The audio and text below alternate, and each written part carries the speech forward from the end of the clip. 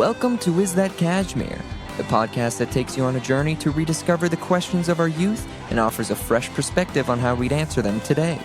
Join us as we hear stories, insights, and advice from a diverse array of entrepreneurs and executives from around the world. Now get ready to unravel the threads of experience and wisdom with hosts Becca Heft and Anna Kincannon. Well, Anna, it's been a few weeks since I've talked to you. How you doing? What's been going on? Oh, life, I have kids. I have a 13-year-old. I'm trying to learn how to manage a teenager. Good luck with that. I'm over that. That's a different podcast. But now that we've kind of gone through the holidays, a lot of networking things are popping up. Oh. And I know you were busy last week. Yeah, you're not kidding.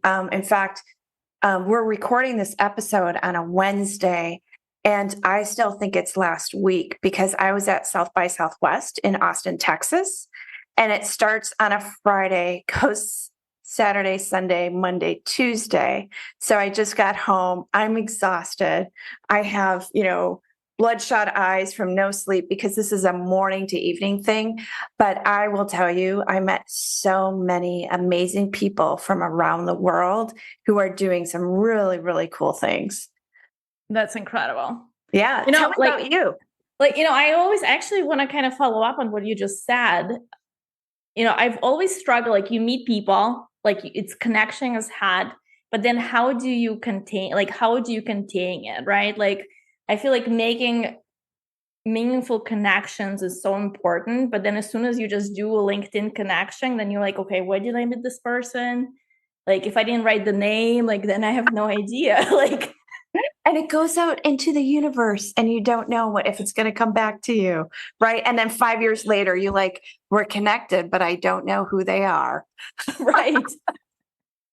I just had that recently. I connected with the person, says we work together. I'm like, yeah, I don't remember you. Yeah, really quick tip. That was today. Today was following up on LinkedIn, but also scheduling meetings. So I have to do that the first week that I'm back or it won't happen. Now, Anna, you, though, just went to an event. Actually, we both went to this event and we both loved it. Why don't you tell us about i.WILL?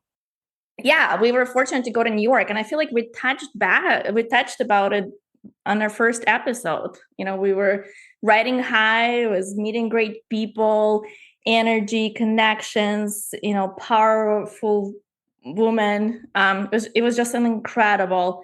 And when I went to that event, I made myself a promise that I want to come out with 5 strong connections.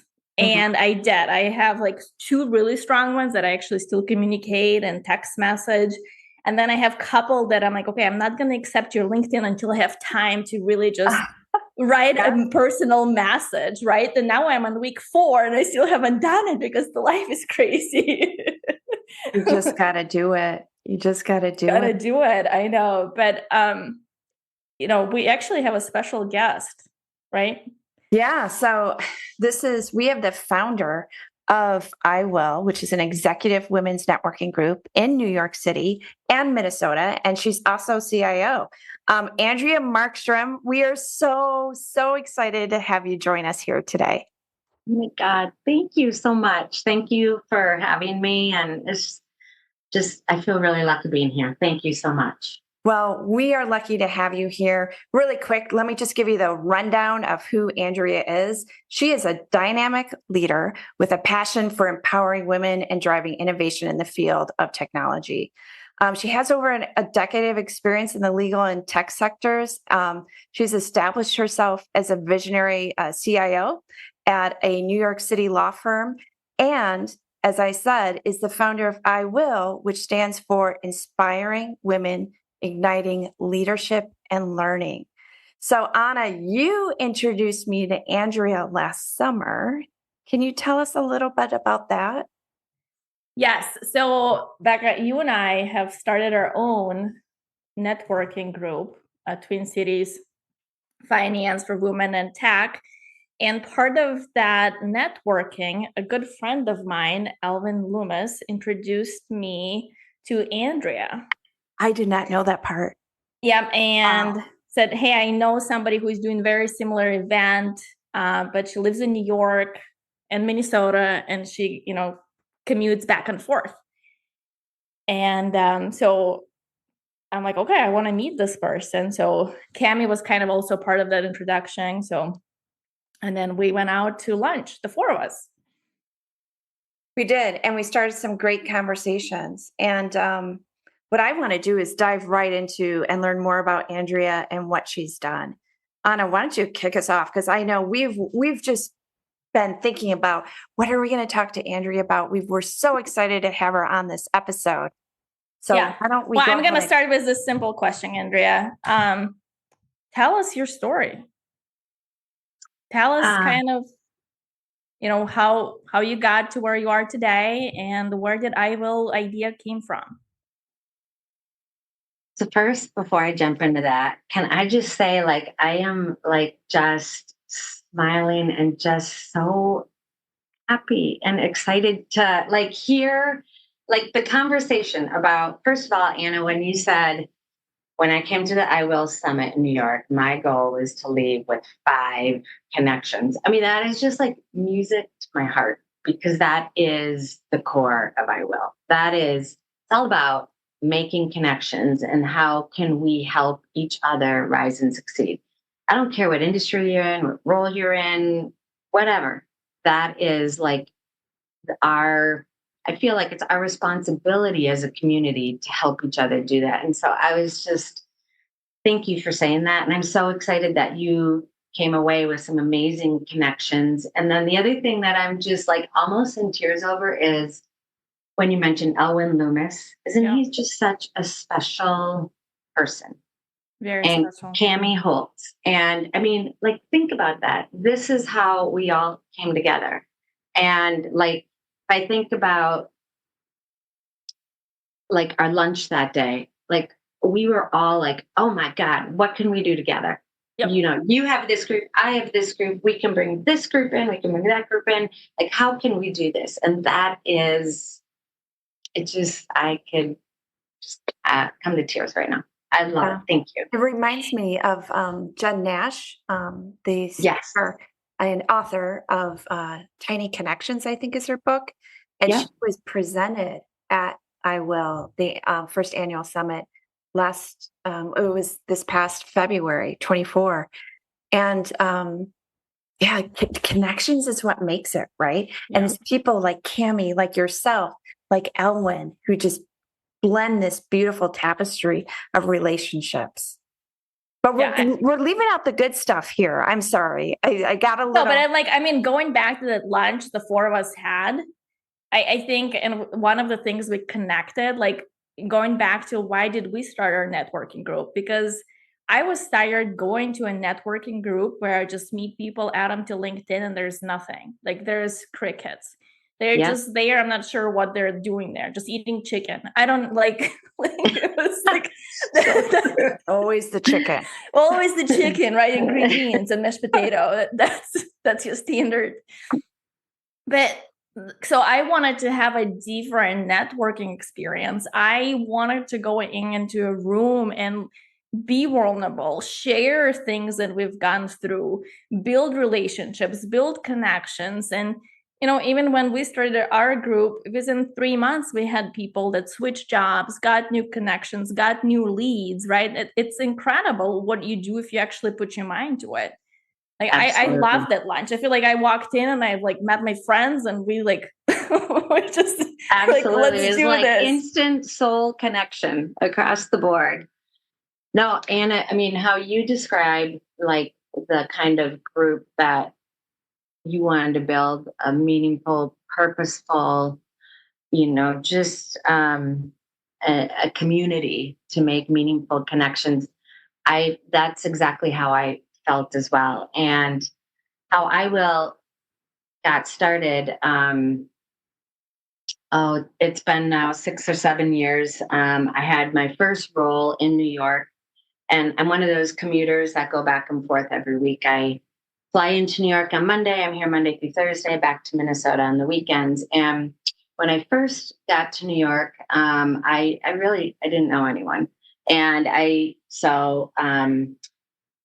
I am a complete introvert, and it's really hard for me to meet new people. But I've learned over time, you just need to do that and take a risk and carve out time to do that.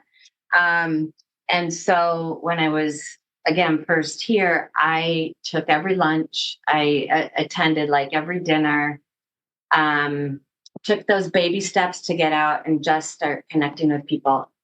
And I met some amazing people, amazing women that were not necessarily in technology, were not in legal. They were fashion designers, they were photographers, they were this, they were that. They were amazing. And I asked them, I said, do you know any interesting women's networking groups that I could just attend and see if that's something that would, be a connection.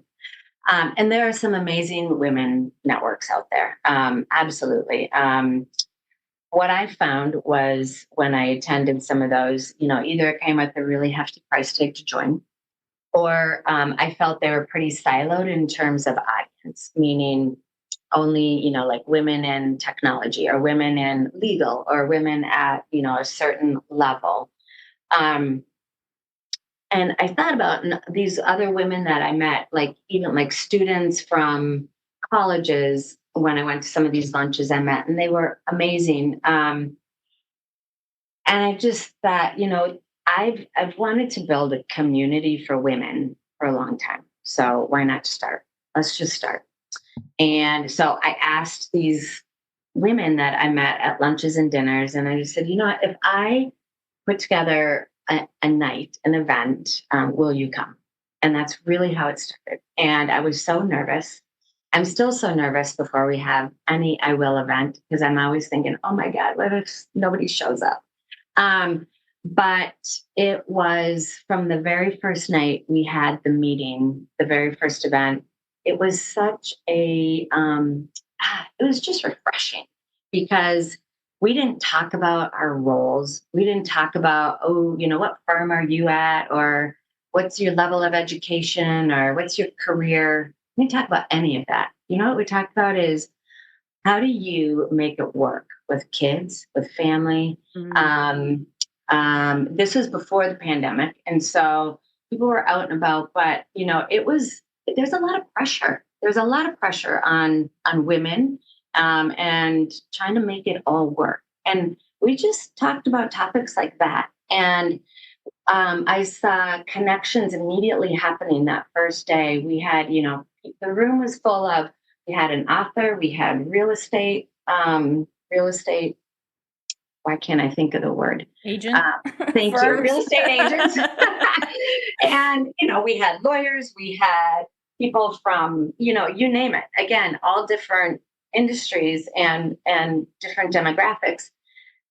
And we all shared a common language. We all had challenges that we were willing and open to talk about. So, Andrea, remind me, what year was that? When 2016. 2016. And today's 2024. How many members do you have?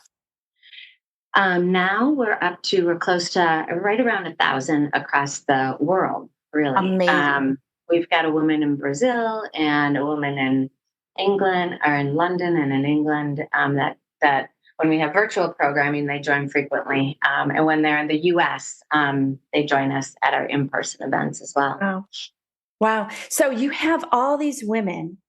And what I love, to your point, you have fashion designers, you have real estate agents, you have CIOs, and you have women at different levels.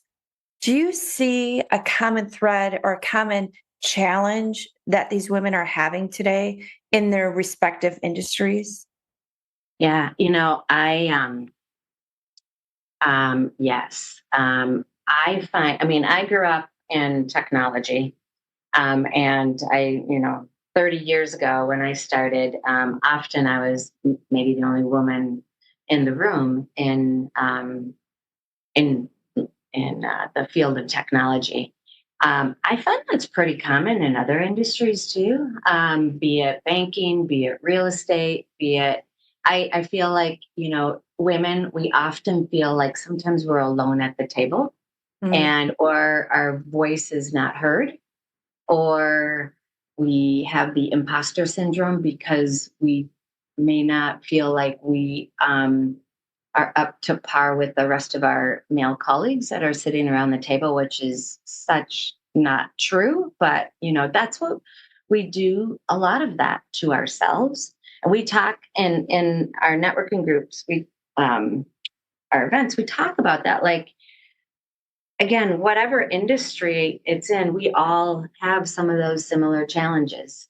And so how do we get past that within our industry? And again, not just technology, but it could be in real estate, for example. One of the women that was a real estate agent, she was dealing with some hard meetings that she had to go to where she didn't feel like people were listening to her opinion, and just what they were doing for clients and around the office. I have that same feeling sometimes when I'm in a room full of colleagues, and how do I get my message across so I feel heard? And so we talk about strategies on how to deal with that. Or, how can we help support each other?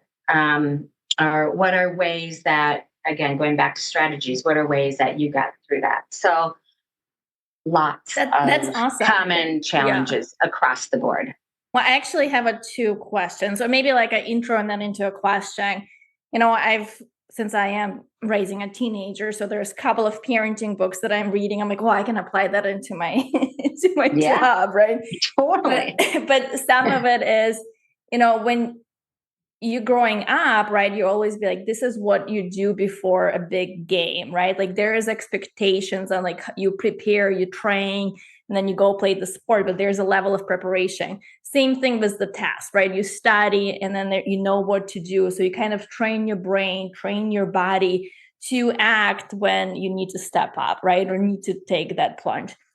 So it's the same thing, right? Ability to train yourself to have those conversations, to have the confidence, right? That's awesome. I've never connected those two together, but I think it's incredible.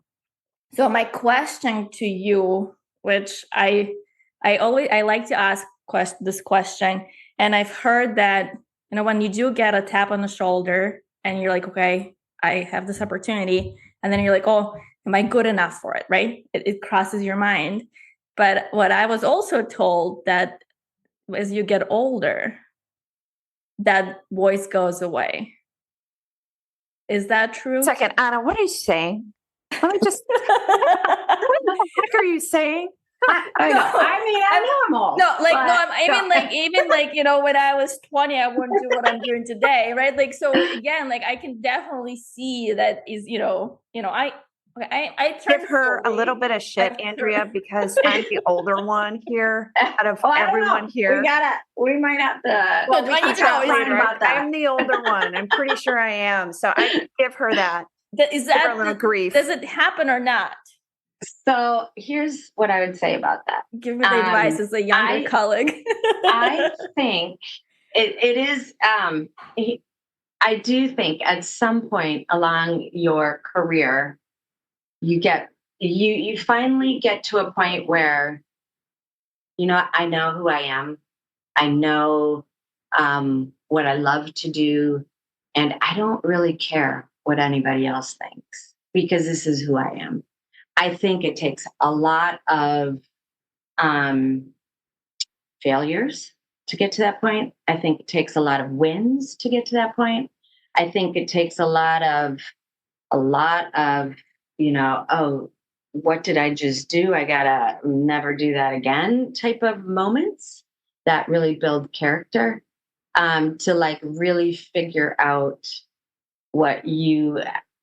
who you are and what you want to do. I think it takes being in multiple work environments, meaning, and I've had all of these experiences where you've been in wonderful culture work environments, and then you've been in very toxic work environments. And living through all of those moments, I think at some point in time, you do become comfortable to the point where you're like, you know what?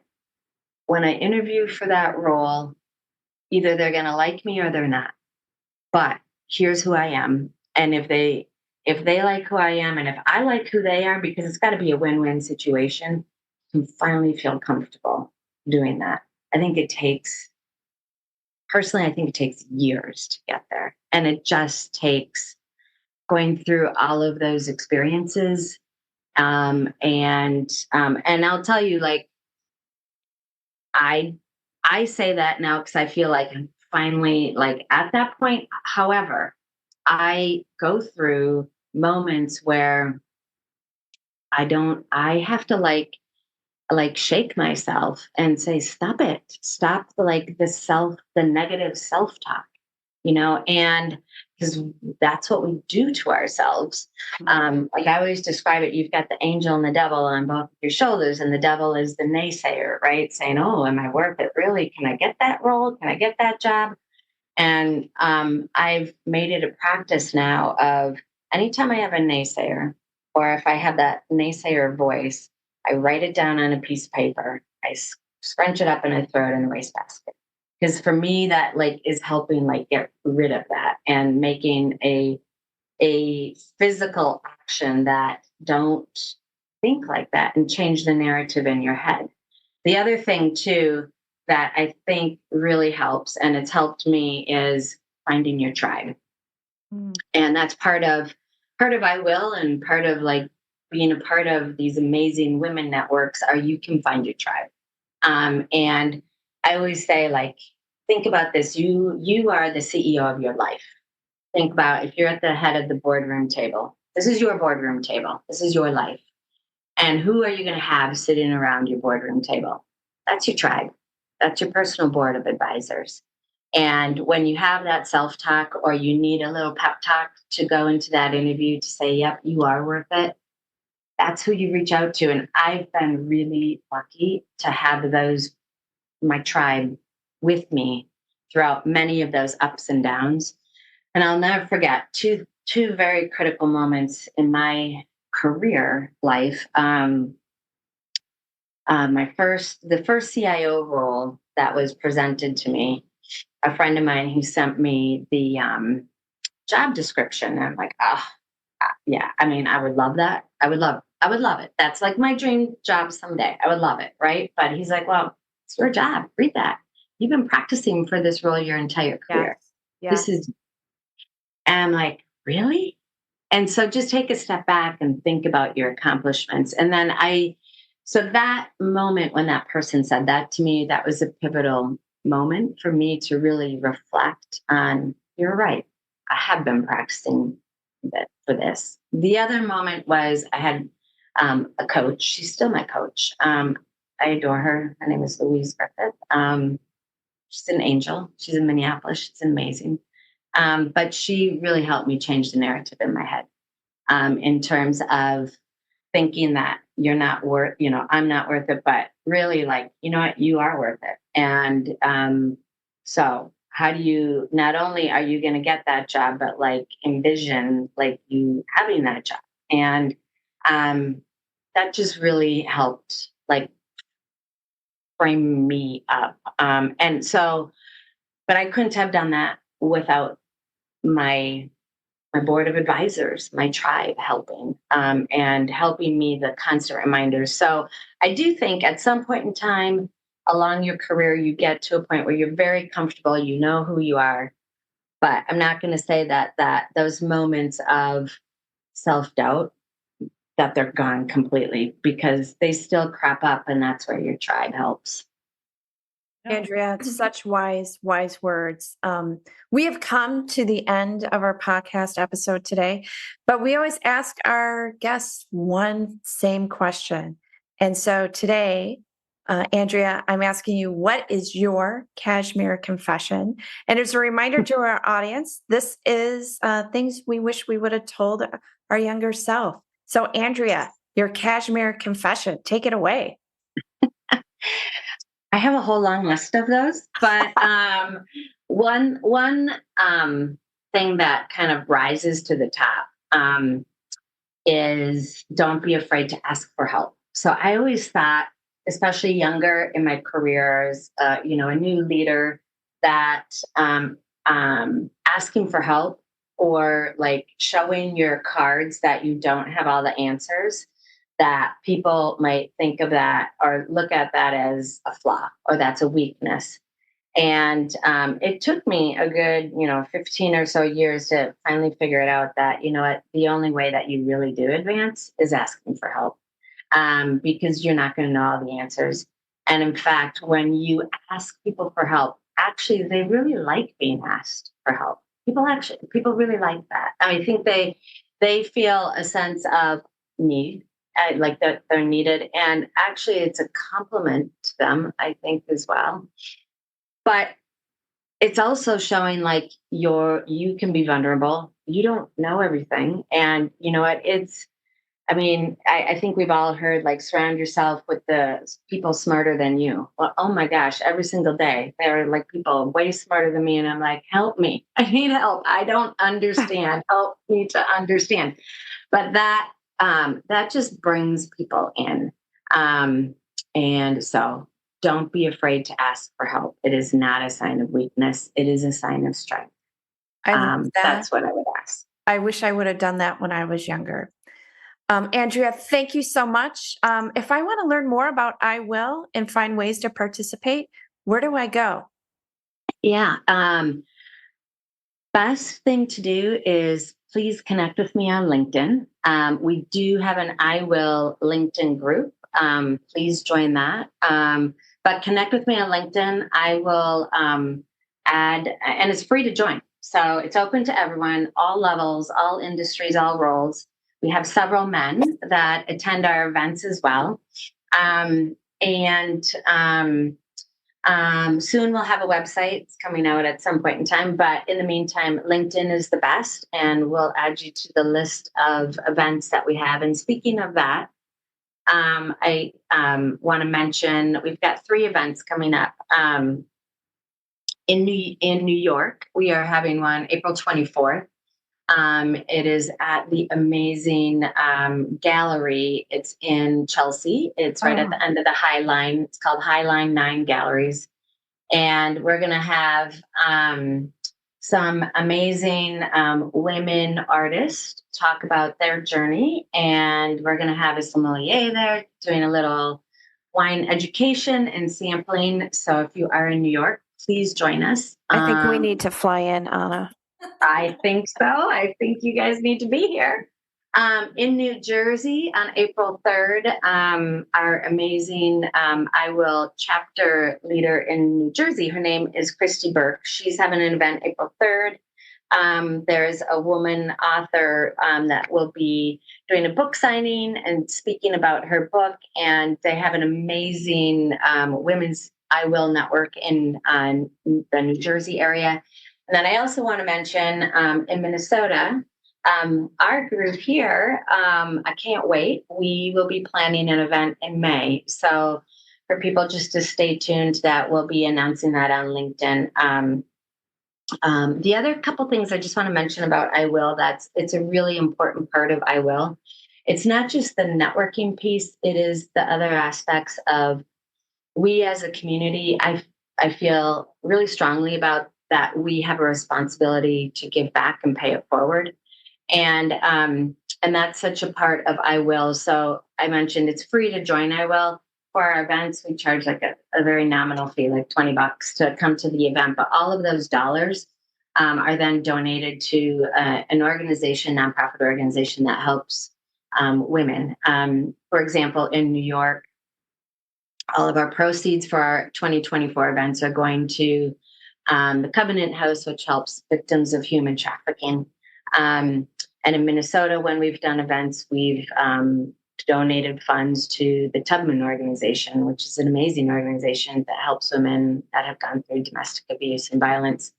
And then the other aspect of I.WILL, which we look forward to doing, are live pitch competitions where we help fund women founders. And that's all thanks to corporations that want to help, but we put aside those dollars to a grant fund. And it's all about, again, helping women rise and succeed. So if you are a woman founder, please stay tuned also to our events, because we often will have pitch competitions where we'll give away grant funding. So I look forward to connecting with folks and hope to see you at future events. Andrea, I can't, number one, thank you, yes, for being on this podcast. But secondly, and more importantly, thank you for everything you're doing. Being a women leader isn't easy. Finding your way down that path isn't easy. I'm grateful that I have Anna as part of my tribe, part of my personal board of directors, and to have a handful of other ladies, but to be able to send positive messages to women who are after us, right? Who are going down that same path, that same trajectory. So thank you for everything you're doing. Thank you for today. Thank you. Thank you so much. Yeah, and we're excited to come to your events coming up this spring. Awesome. Thank you so much for having me. This has been Is That Cashmere? If you want to share your cashmere confession or would like to share some of your personal insights about your career journey, email cashmereconfession@gmail.com. Is That Cashmere with Becca Heft and Anna Kincannon is a production of the Morst Heft Group.